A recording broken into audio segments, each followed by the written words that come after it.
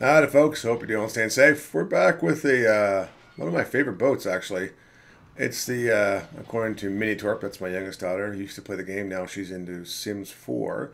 She calls this the Des Moines, not the Des Moines. This boat is the Tire 10 American Cruiser. Right off the bat, it has not been scope crept. It is still very relevant today. It's been in the game, I think, since the very beginning, even before I started playing it.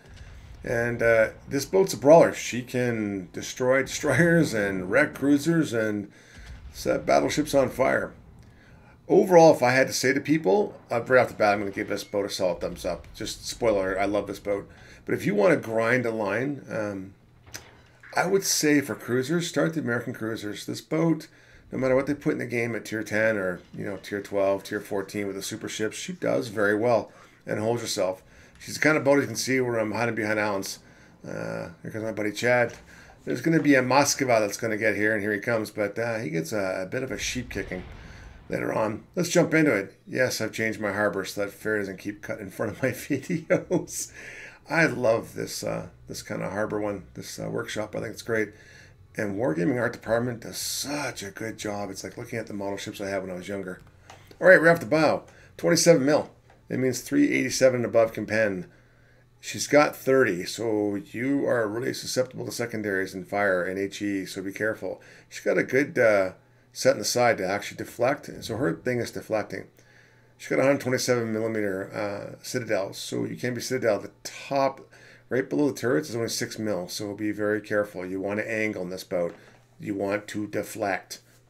You do not want to go broadside, or you will get schmacked. So hit points, 50,000, torpedo protection, non-existent.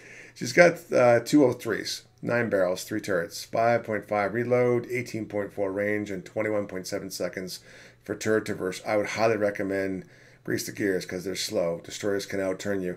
And 34 mil for penetration on your HE. Secondary is 21 mil, 6% fire chance, not bad. She's like strapping an Atlanta on the boat with the 127 millimeter 5-inch guns. Airstrikes, pretty straightforward, 30 seconds, 4,900 monthly damage, 8 kilometers. Wargaming, please make this 12. AA, not bad. It's not great, but it's not bad. Maneuverability, 30, almost 35 knots with flag. She's got a nice tight turning, and the rudder shifts not bad at all. Detectability at tier 10 is stellar. At tier 10.9, I love it. 8.2 in smoke, and of course 6.4 by air, which is amazing. Like that's phenomenal. It might be one of the best in the game. Right off the bat for equipment, I take main armaments. I do take the radar extension to give me more radar. I'm over 46 seconds still. Used to be over 65. Thank you, Wargaming, for nerfing it. I do take their version of grease the gears for equipment. You can take steering modification, but I'm okay with it. I do like propulsion, so I can slow down, speed up much quicker. And of course, I take concealment because she's a cruiser, and then I take the range mod, an extra 16%. Standard 57-second reload time for the repair. I for this one take hydro. I know you can take defensive AA. I think the AA is okay, but like the hydro, 5 on ships and 3.5 for torpedoes, it really helps. And of course, I take radar, which gives me a 46.2 second radar. I can pretty much kill any DD with HE in that time. It's 10-kilometer range. Great heal. Here's the stuff I take for the actual. I take the Sierra mics and the other one for I can extend hydro and radar and speed. So it's good for me. I take the standard camouflage so I'm not naked when I go out and go fight. Here's John Doe.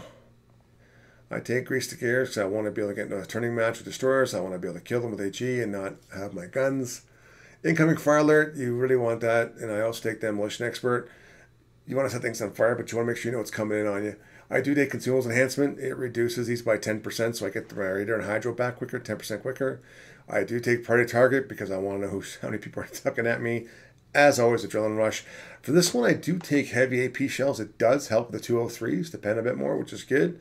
And then I take superintendent because I want more charges of everything because I brawl in this boat. And I take concealment. So flat out, I like this boat. And there's that Moskva. We end up going neck to neck here with it. When I basically come down to it, I just did a video in Moskva before this. That's why I decided to do Des Moines. Sorry, Des Moines, my youngest daughter.